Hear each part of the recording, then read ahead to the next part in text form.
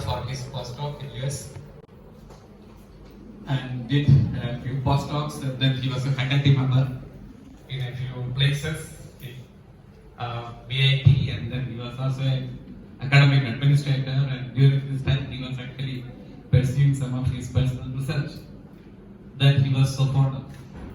And later he decided that these are not the places where he should work, and now he is on his own.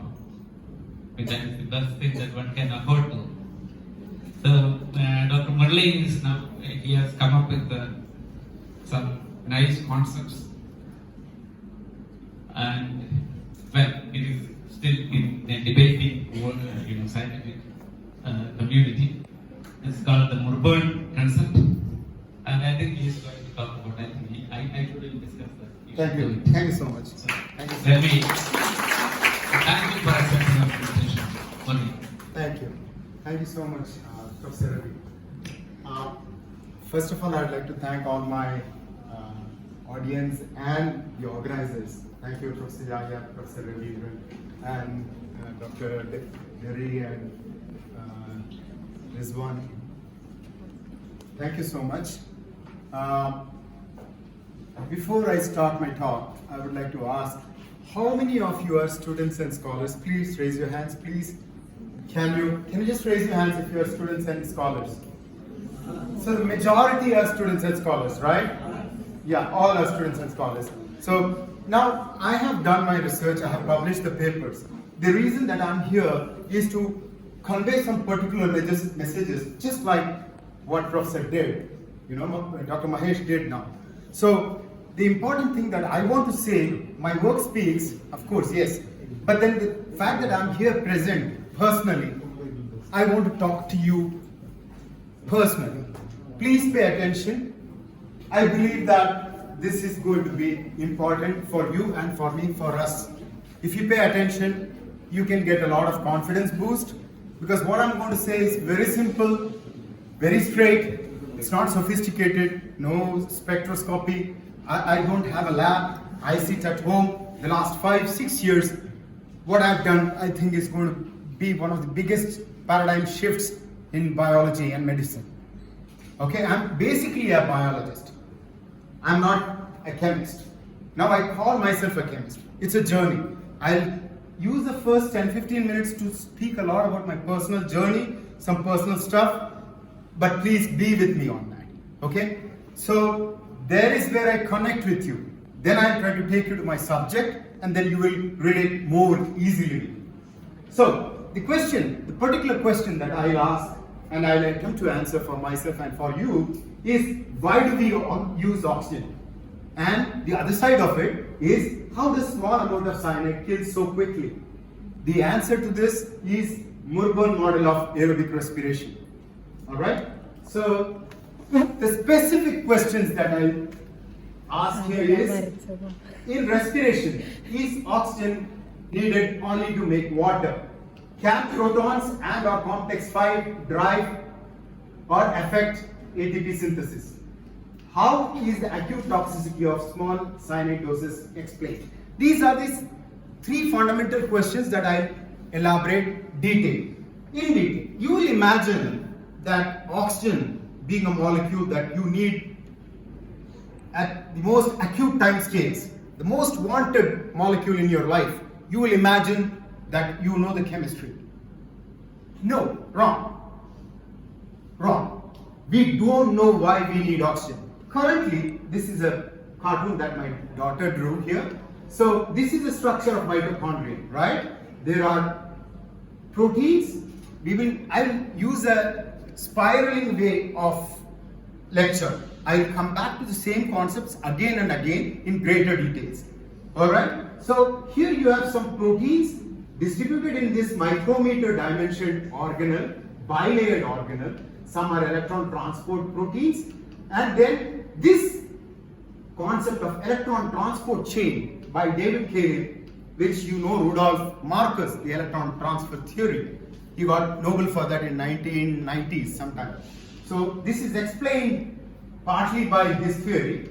So there are proteins that are supposed to be part of electron transport chain. And then Peter Mitchell proposed chemiosmosis, for which he got Nobels in the 1970s.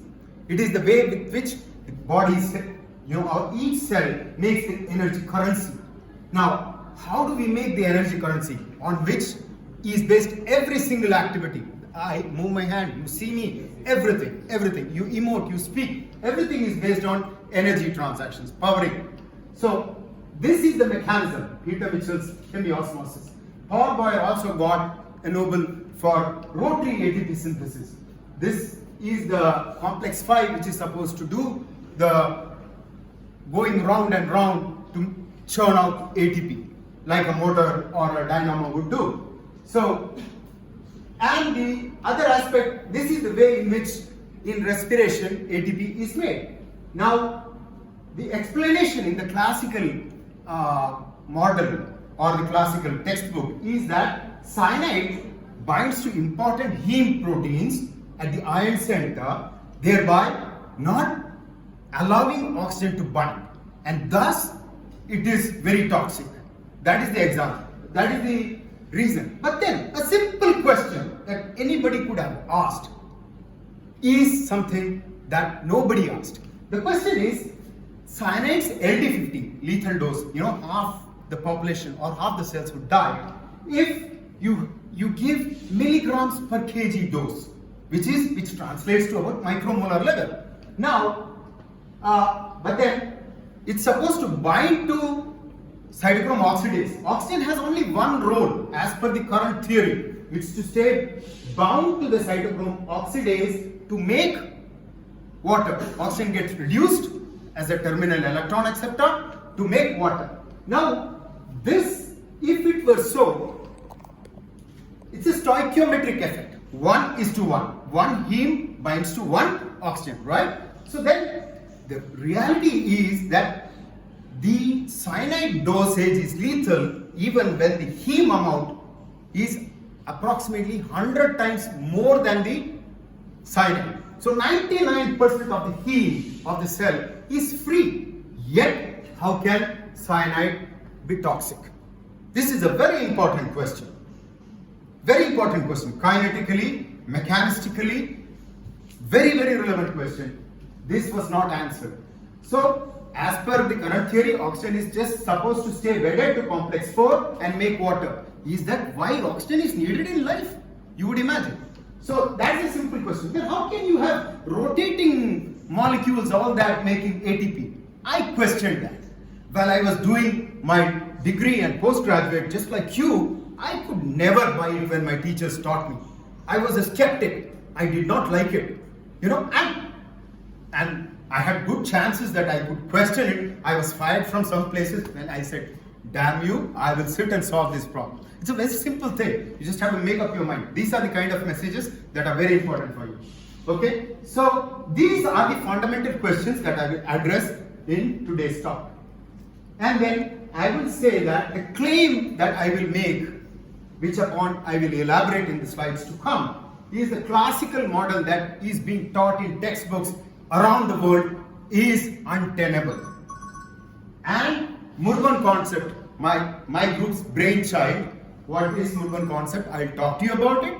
It's going to come. But it's one of the most paradigm shift ideas. It's going to explain origin evolution, respiration, which I'm going to talk about, photosynthesis, which Dr. Mahesh talked about a little bit earlier, homeostasis, how cells maintain their balance, electrophysiology, sodium, potassium, the balance, signal transductions, how an image is transduced in the eye, response to stimuli, a bevy of other metabolism and physiologies. So, what does oxygen do? Fundamentally, in each and every cell is going to determine what all this is going to come up to. Because we need powering.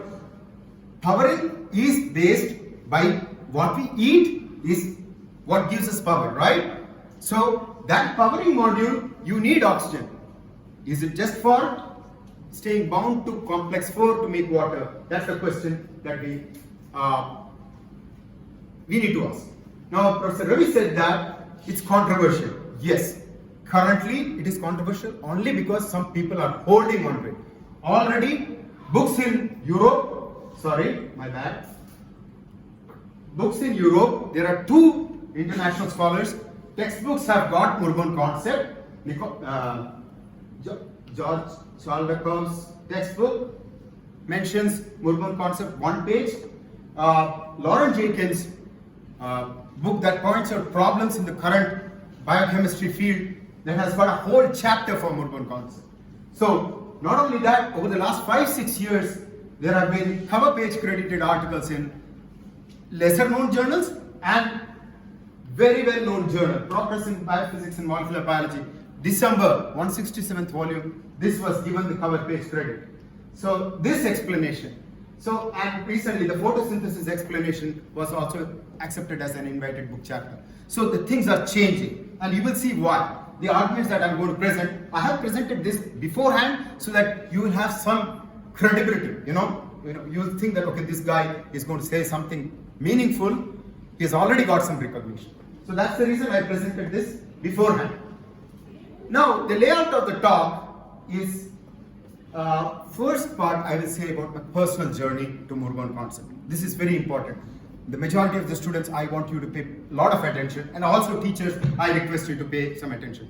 I want to relate with both teachers and students, because where I am today, it's because of both these aspects. And in the extent paradigm, I shall compare with the Murgon paradigm, and also I shall also give evidence for the new model. So basically, I'm going to talk about 2 aspects.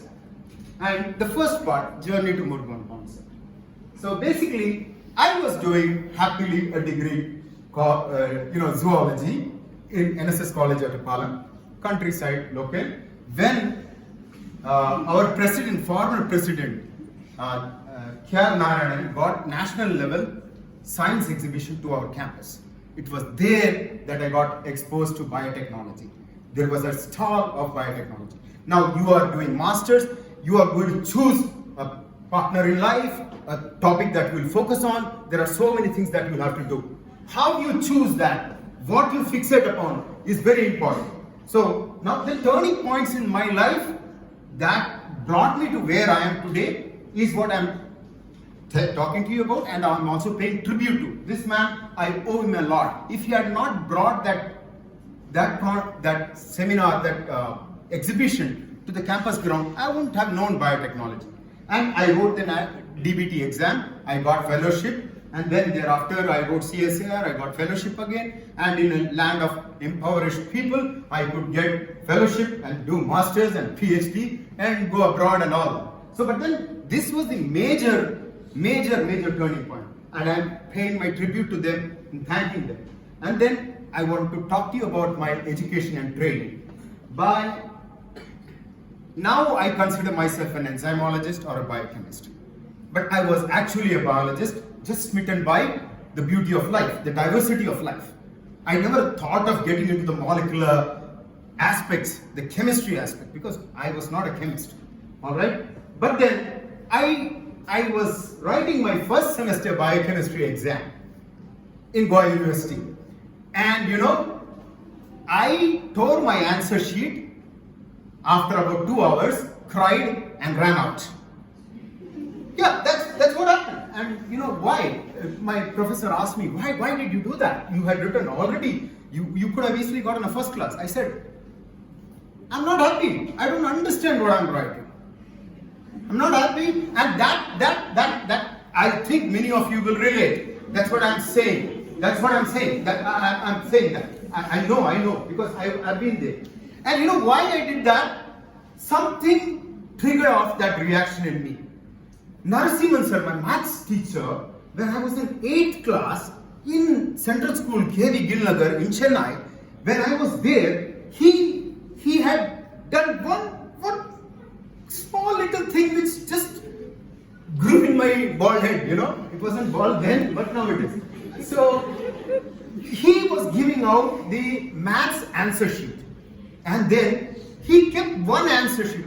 PG Sri Raman, the Sanskrit teacher's son, got the highest, 94.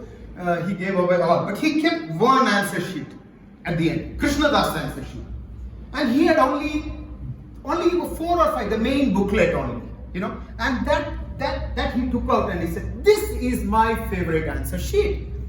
And he got only 76.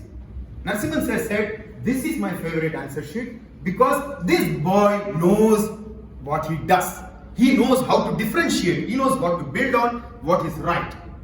And that's very important. And that's what played on my head in MSc. So teachers, you don't know what wonderful seeds you can give.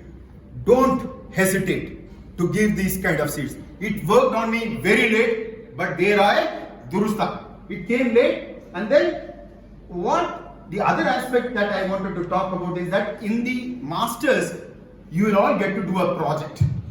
I chose my own project, and I was very passionate and diligent about it. It was about keratinases, the enzymes that degrade keratin. I don't know, this is not because of that. This is more because alopecia, typical male pattern baldness. So, but then the masters, I'm telling you how I got to know my research. Slowly I got passionate, all that, my training. So then, Department of Chemistry, Professor Ravi and I, it was one of the most butcher-minded faculty and the most horrible assessment. And I was from biology background and I had registered, my lab was in chemical engineering, I had to do coursework there, and I had to do a comprehensive exam in chemistry. And practically everybody who wrote a comprehensive exam in chemistry flunked the first time. Okay? So I was very scared. I wanted to get married. There was this girl I was, interested in getting married. I got a scholarship and I just wanted to get with that. So, but this thing was a major barricade. And so I knew that I was not going to get over it if I didn't prepare. So I prepared for my subject. That is one very important thing. So if a teacher pushes you, you better get pushed. You are not here for a ride. If you get a little pushed, it will benefit you. You will see what I am trying to show you. Anybody could have found. Anybody. The only difference is attitude and application. So that's what. So in the PhD, I went abroad. As good luck could have it, there was a fellowship opened up. I went to Japan. My financial problems were solved, and I did a project on lipase, which got patented. Slowly, my confidence with chemistry grew. I could see that by exposure and by interaction with people, I was doing sensible things. This is what you will slowly do. You have to do that. So, and then I got my PhD. During that time, something very traumatic happened. One of our friends passed away. That was very important to me. And because of that, I decided to do social work. I'll come back to that later. This is going to be ending here now. Then I went to postdoc in France. There I worked on epoxide hydrolases. It was a very good work. I studied the chemistry, enantiomer selectivity, and got to do with little organic synthesis and all that. So what I was doing all this while is getting exposed to diverse aspects of biology and chemistry, both the synthetic part, the chemists, what chemists do, and the enzymology part. So by training, I worked on different enzymes and trained myself to be an enzymologist. Now, the most important aspect of my life came when I went to my second postdoctoral tenure in Professor Lowell Hager's lab in Urbana-Champaign. This man was the most wonderful man, my godfather in science. He was a National Academy of Sciences member. He chaired the Department of Biochemistry for a good 25 odd years. Now, with him, I said, sir, Lowell, I want to take a break. I want to do social work. I was working on projects, n number of projects that he had. I gave all that results, but I said, I'll work in the regular time, I'll work on your projects. Please allow me to work on my areas of interest in my spare time. He said yes. That was very important. Now, you will also have to work on some projects, but that doesn't mean that you can't work on your own areas of interest. That's what I did. One night, while working alone in the lab, I observed one simple thing. You know, azide binds to heme center and it's supposed to inhibit the enzyme, right? But then I saw when you dilute the azide, it was enhancing the enzyme activity. Now, what happened is teachers, he said it's an artifact. I said it's not an artifact. It's a real observation. It has a meaning. And the whole thing today, what I'm going to talk about was that single observation. One observation changed the whole picture, and it will change. You'll be witness to that. I'm a very confident man. I'm speaking stuff. I have published 36 papers on Murali concept in decent international journals. So it's not just like that. So what I'm saying is, you will go and work. People might be seasoned. They might oppose that. Kalyan, Professor Mahesh's student. Those kind of people are the ones that make history. If you are going to get chickened out and all that, don't get into science. If you want to get an ordinary job and all that, science is, you're going to get a PhD, you will get very little salary and all that. Science, if you want to do research, and let me tell you, chemistry, if mathematics, you have seen Spadigam, Kelath says, Bhulogatil Spandanam Hathamar. Right? Jeevajalangande Kadinya. The fabric of life is chemistry. So, you people are very fortunate to do chemistry. Please consider chemistry as a very beautiful subject, not as abstract as physics and math, not as convoluted and information centered as biology. So, you can do a wonderful thing to your own self if you get to do some biology related problems. Many biology related problems are not known. So when you do chemistry, try to think of having a affiliation towards biochemistry. That's what my point is. Now I'm going to get into my topic, the core crux. Now, when you do train yourself as an enzymologist, the thing that you talk about is enzyme substrate complex, transition state, collision theory, transition state theory, induced fit, lock and key Fisher's hypothesis, and all that. So I don't know how much you know, but then Lowell introduced me to chloroperoxidase. It's a heme cofactor containing enzyme. It's a fungal enzyme. Now what happens is that this enzyme does a wide bevy of reactions. Usually an enzyme works on one substrate, does one type of reaction, right? But this enzyme does multiple types, chlorination, dealkylation, electron abstraction, oxygen insertion, heteroatom oxidation, hydroxylation, so many types of reactions, and these are very fast, too fast, and the stoichiometry is not well defined. Non-integral stoichiometry, very unusual dose response, and then atypical kinetics, all that. So this was the reason to explain this. I had proposed Murali concept. Now I shall tell you what Murali concept is. Basically, the classical enzyme what you have is, suppose this enzyme, this is a substrate. So there is a very good topological identification. The substrate and enzyme, they come together as a good fit. And the electron transfer process, biological electron transfer process also, there is a good fit. So the electron transfer or group transfer or some reaction catalysis, this is the classical mechanism. It has a substrate to enzyme affinity, right? That's the chemistry behind it. Now any reaction has got energetics, mechanistics, kinetics, right? These are the three fundamental aspects. Why does something happen? If you want to explain it, you have to study these three aspects. So this is the mechanistic aspect. And then what Murali has to do is, Murali concept invokes diffusible reactive oxygen species centered reaction. Oxygen is seen as a relay of electrons, and oxygen is seen as a catalytic agent after taking electron, say for example superoxide, oxygen centered radicals. Currently biologists see them as toxic metabolic wastes.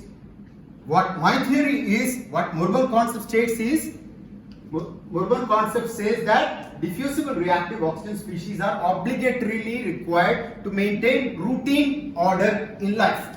This is the simplest one point simple theory. Anybody could have come up with this theory. So, classical enzyme substrate interaction, the same thing happens, but there is an intermediary species, oxygen-centered species. That's all. So, the term Murburn comes from mured burning. Mured is closed, confined. Mured means closed. Burning is an oxidative process, you know. So, molecule, unbound ion radical, and so there are basically, these are the source of the concept. Now, you know that electromagnetic force is the only force that living beings can avail of the four fundamental forces, right? So now this is manifested or affected by effective charge separation. Once again, Professor I forgot earlier speaker, Mahesh was speaking about it, and then with this they work as our life cells. We work as simple chemical engines. And we are going to see how they work as simple chemical enzymes.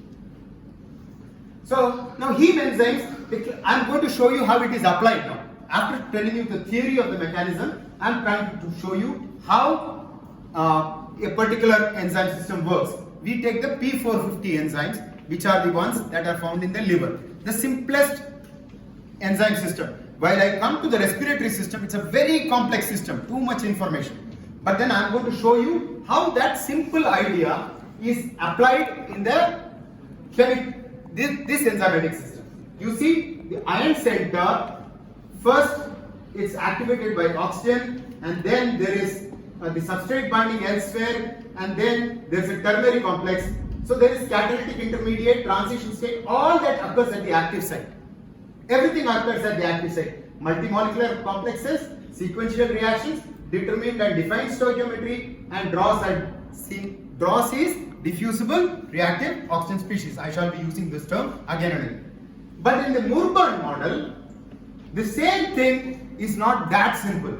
Because the diffusible reactive oxygen species can come out, or this active site can be large, what happens is there are a bevy of radicals formed which can interact with the bevy of ions, with bevy of redox active molecules, and this becomes an unordered scheme wherein the draws will affect the outcomes.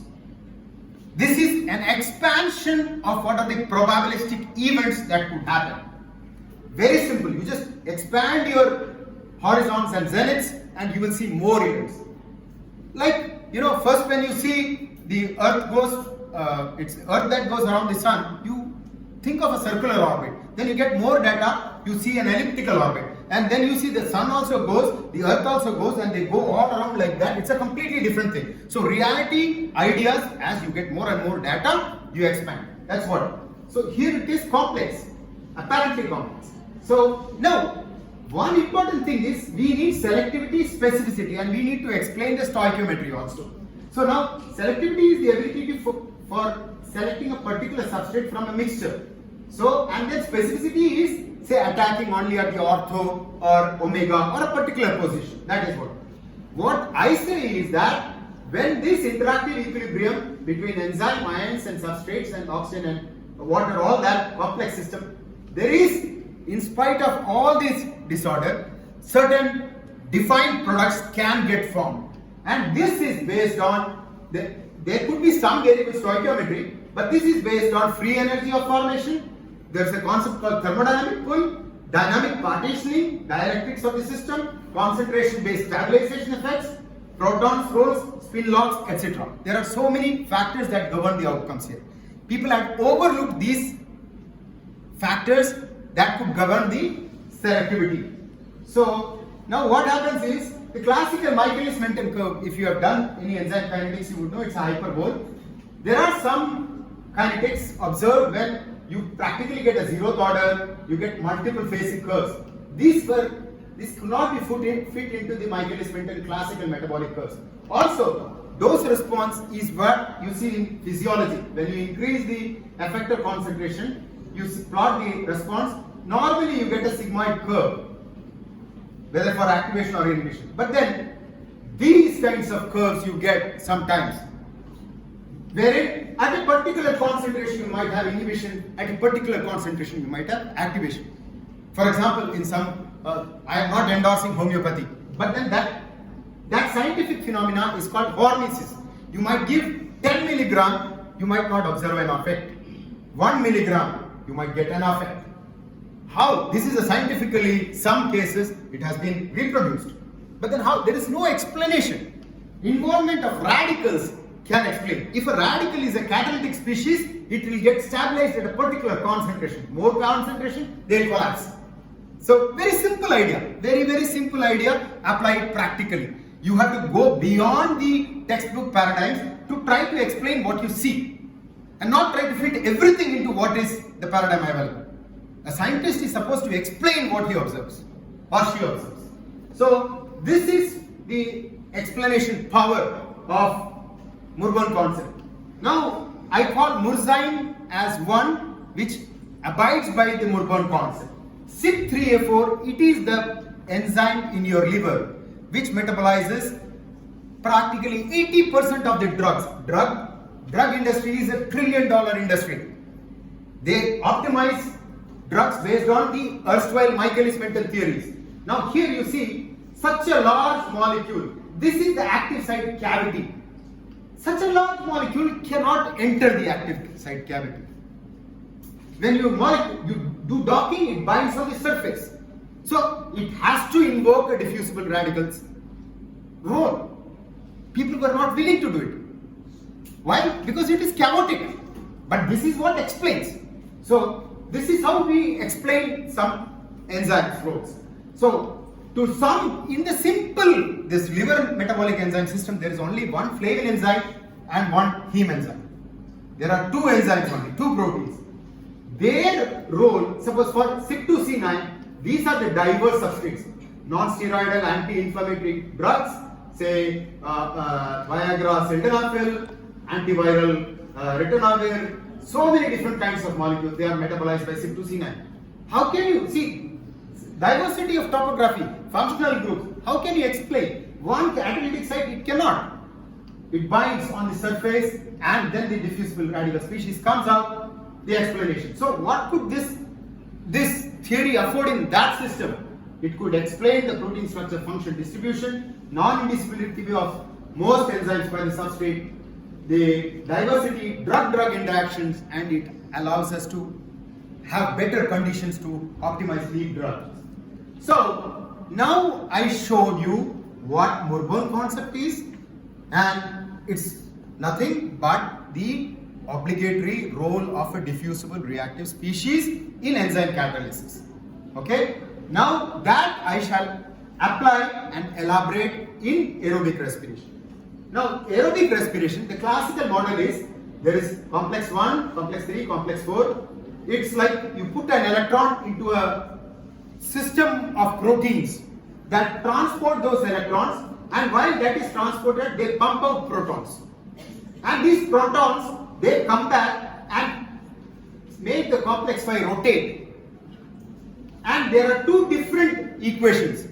How do the protons force ATP formation, which is a endergonic process, right? Your phosphate and ADP, both are negative charges. You cannot, it's approximately 36 kilojoules per mole.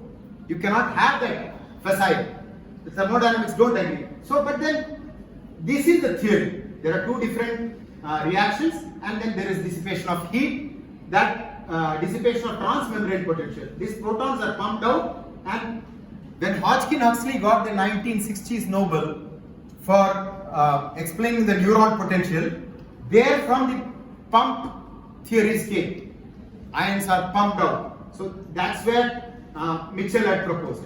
So my theory is very simple, the Murban concept. What I say is all complexes 1 to 4 have redox centers that make reactive oxygen species, and reactive oxygen species attack ADP that are bound on the enzyme. Very simple. You have ATP formation. So the reduction of oxygen is concomitant, occurs side by side with the ATP synthesis. This is a chemical theory. That's a mechanoelectrical theory. The current theory has no thermodynamic basis. I will show you that. The next, I am coming into more details. Now, this is complex 1, complex 3, complex 2. Electrons they are given in 2 electrons. Because the deterministic process, if it is a radical reaction, then you will have side reaction, so we should not have it. That's what people thought. So, this is the equation, multi-molecular equations, like what I showed before. Don't get into the details. What I'm saying is, the electron transport is very distinct from the ATP synthesis. These are the structures. There are large pendulous matrix for subtension. Matrix is the mitochondrial cavity. Now, how is this happening? This stoichiometry changed over a period of time. They say that now one NADH can only give 2.5 ATP.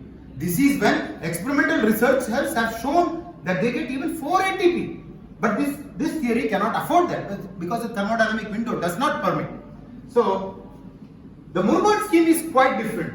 This matrix for subtends, they bind ADP and they generate ROS, and then that's it. And the complex 5, that theory, classical theories, is just the ATPase that brings in proton. The membrane in this new theory is not proton preventing or anything. Protons can come in. Now, this is the new theory. Now I am going to go critiquing the existent theory, which you can easily understand. Now, I am not the first person who critiqued these theories. There were people before me, and they were not coming in flocks. They were coming as individual scientists. You see, they are all individuals. They don't come in bunches. So, if you want to think different, you'll have to start understanding things, and you'll have to start questioning things all by yourself. 10 people can't think critically. One person thinks critically. So these people put up a few arguments against the existent paradigm, even after it got Nobel Prize. Even after it got Nobel. This is very important. Peter Mitchell got his Nobel in 1970s. These publications were in 1980s, even in 2000s. So science is a prop. Science is something in which you can only negate, neti. You can only say this is wrong. You cannot say this is right. Right? You understand that? So first thing, you will really love this. How can you say Peter Mitchell's theory is untenable? One mitochondrion is a micro-dimensioned organelle. You know dissociation properties of water, solubility product of water, H plus OH minus. You know Avogadro's number, you know the volume. Make a simple calculation. The number of protons that you have in a mitochondria is 5 or 6. And how many proteins that are supposed to pump the protons? Tens of thousands or lakhs. So, finger countable protons, lakhs of proteins. Are the proteins there to pump protons? Is the natural question you ask. I asked that. I always felt this proton pumping business was good. And now this was the first simple question that even a 12th standard person can figure out. One mitochondrion, you need to know the dimension, you need to know the how much, what is the dissociation constant, equilibrium constant, and that's it, 10 to the power minus 40. You know, very simple calculation. So, let us go a bit more sophisticated calculation. Those people who want to say there is force and all, you know the membrane capacitance, you know the voltage, transmembrane potential. From there you can calculate the amount of charge flux that is needed. That also you will come to very clear understanding that you need at least 10 to the power 7 times more protons for ATP synthesis to be sponsored by proton motive force. So clearly Peter Mitchell's theory is untenable. So next recognized theory is the rotary synthesis. When protons come in, rotary ATP synthesis goes round and round, changes conformation. But the thing is, complex 5, this protein, when it is isolated, it is an ATPase. It is an ATP hydrolase, not an ATP synthase. But they say that this reaction works in the reverse way. Well, it's like saying you can make fruit, take a fruit, put it in a juicer, and you get juice down, right? And now tilt the juicer, put the juice and pulp from the top, and you get the fruit from the bottom. No, It doesn't agree. Thermodynamics doesn't work like that. And if it were the case, complex 5 would have had more affinity for ADP.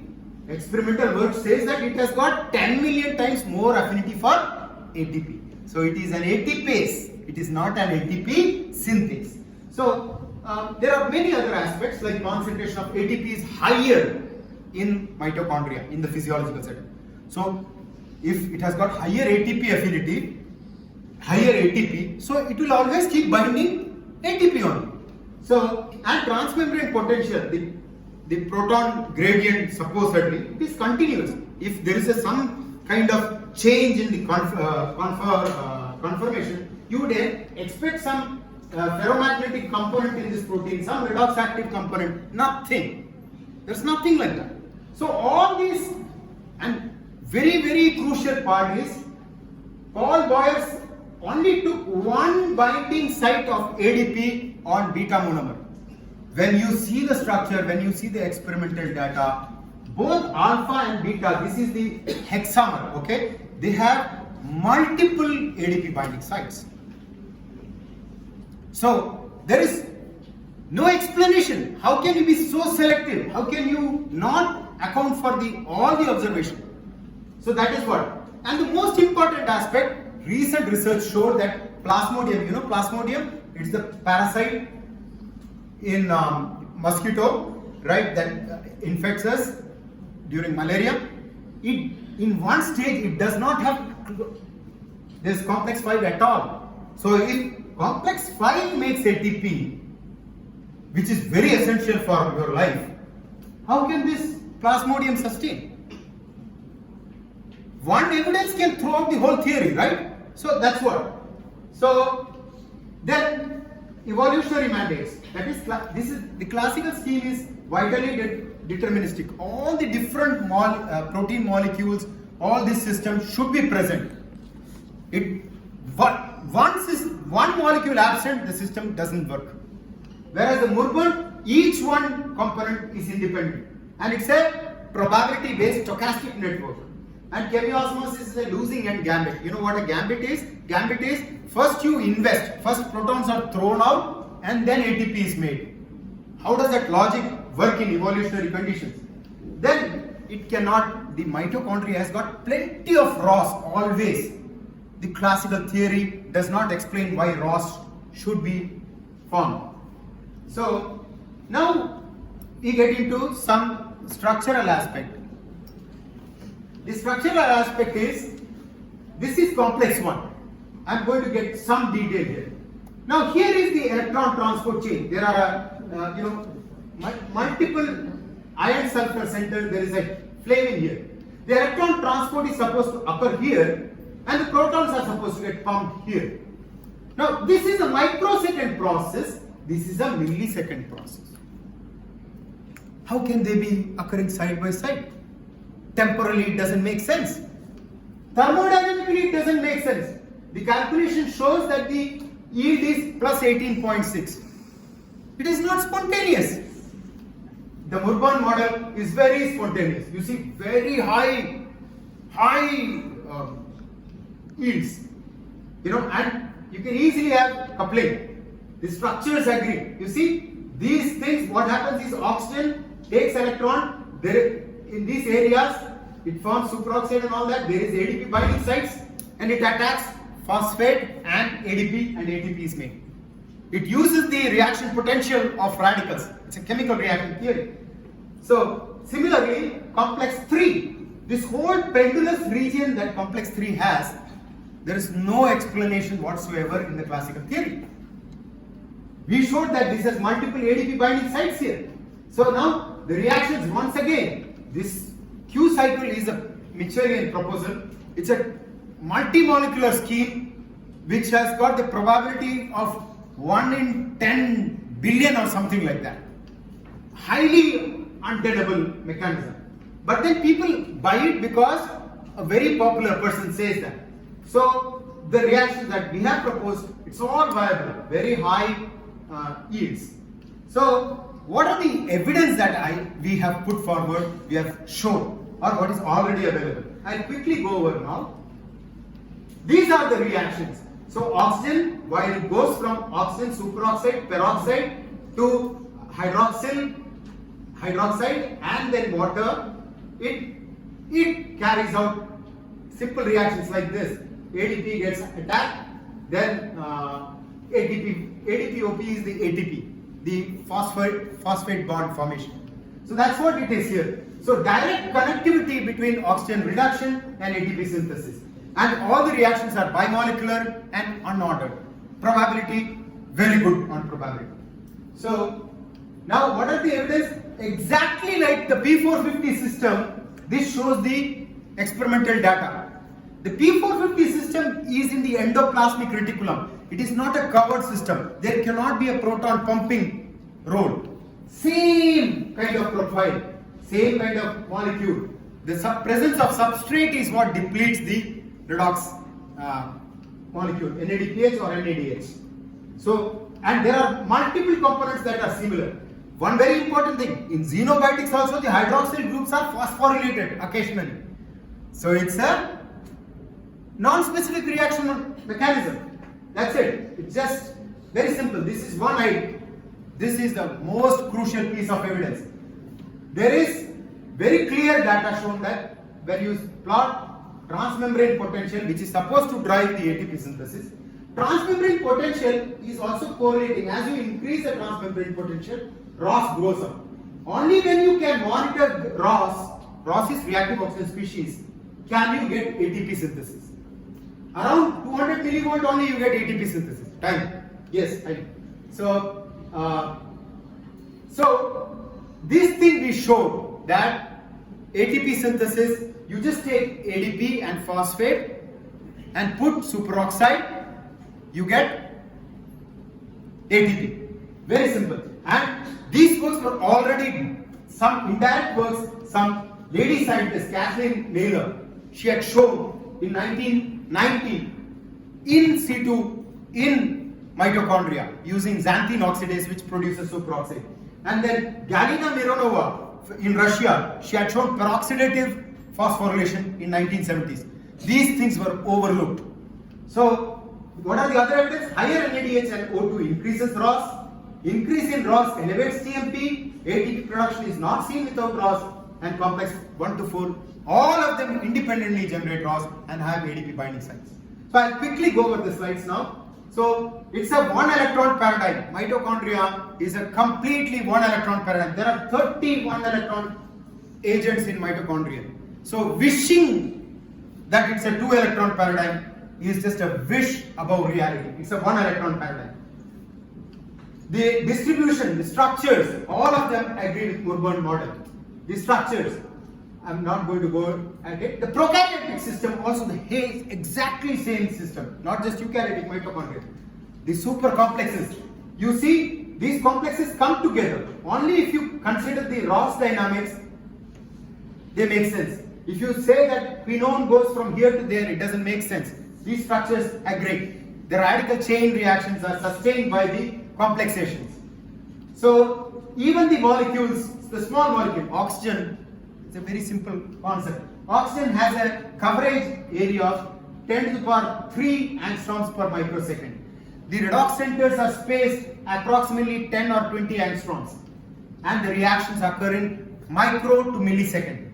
Oxygen will shunt all reactions. There is no way oxygen can be kept out of these redox centers. You can wish against oxygen, not interrupting. There's a very good electron transport chain circuit and all that. But then oxygen will interfere. These are the structures of cytochrome C, all that are better explained by the Murali theory. So thermodynamics and kinetics, since it's a bimolecular reaction, it supports my theory. Heat, one very important thing. You know, the reactions rate, we are 37 degrees, we are thermostatic. We need that. Otherwise the reactions will not happen, right? The reaction rate is enhanced. The heat production is also due to the reactions that are mediated by ROS, because the quenching is very facile, thermodynamically very valid. Now please give me 5 minutes to explain to you why cyanide. You will love this. Cyanide, carbon monoxide, is a much stronger binder than cyanide. You are chemists, you will know. Carbon monoxide has these are the terms, K on. Excuse me, the mechanisms are different, I think. Carbon monoxide poisoning and cyanide poisoning. Can you come to it at the end of it, please? I'm rushing. Professor, just 1 second. Yeah, there are some things, but then there are the constants that I'm talking about. We'll talk about the mechanisms and all that in the end part. So here, the kinetics is the K on, the dissociation constant. This has got a greater affinity. The affinity constant is what I'm talking about. This binds much stronger, much lower level. This is at least 3 times stronger carbon monoxide. So, whether in terms of kinetics or in terms of binding affinity, carbon monoxide and hydrogen sulfide are much stronger ligands to heat, because the classical theory is a ligand based theory, stoichiometric.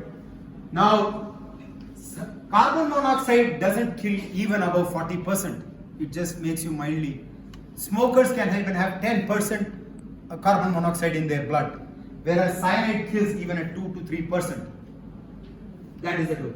So, and even then, it kills it within seconds, it knocks you out. The kinetics is not explained. If you take the K on, you can multiply this by micromolar, you get this pseudo first order reaction rate. So, that comes in several minutes or hours, but then you get the effects in seconds. The explanation in Purport is very simple.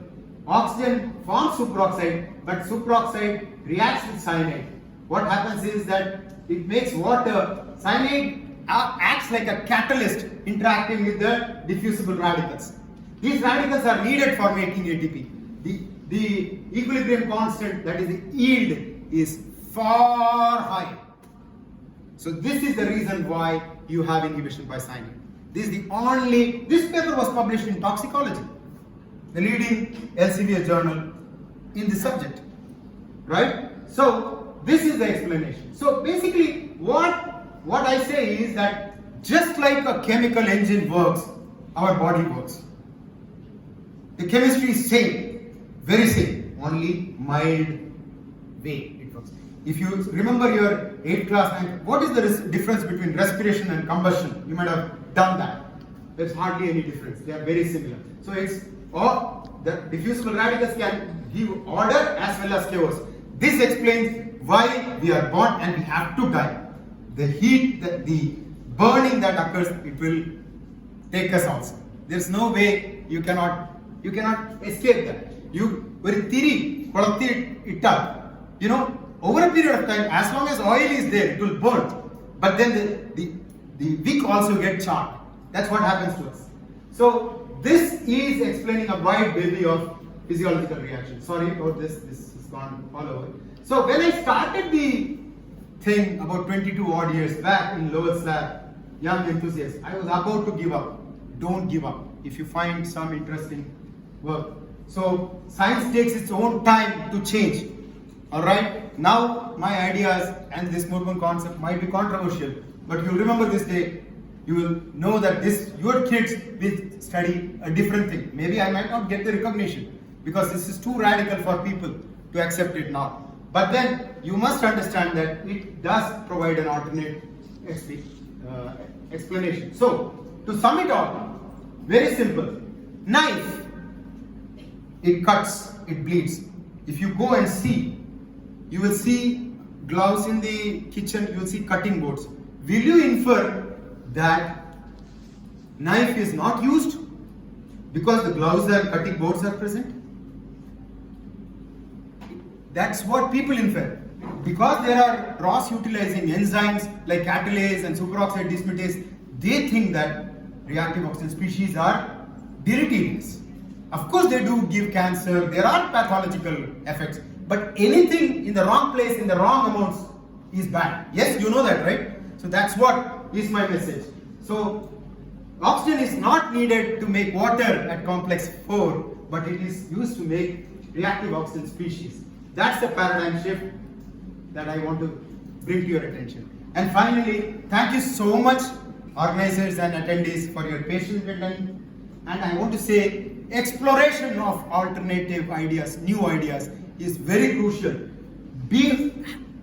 happy and curious enough to support a very open-minded approach like Calvin and Hobbes. I want to mention my students Surjit, Daniel, Abhinav, Afsal and Vivian, and my collaborators Nikolai Berdin from Russian Academy of Sciences, Lauren Jacob from Karel de Grote School in Belgium, Yan Yogu from Chinese Academy of Sciences, Hiroisa Kamagawa from Gifu University.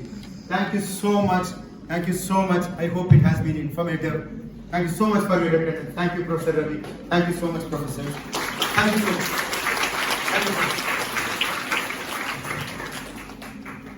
Any quick question? We are actually run out of time. Any questions? Murali, I appreciate your energy, your energetic talk and your answer. But how can we say that the existing theories are wrong with this preliminary idea? Evidence. This is an alternative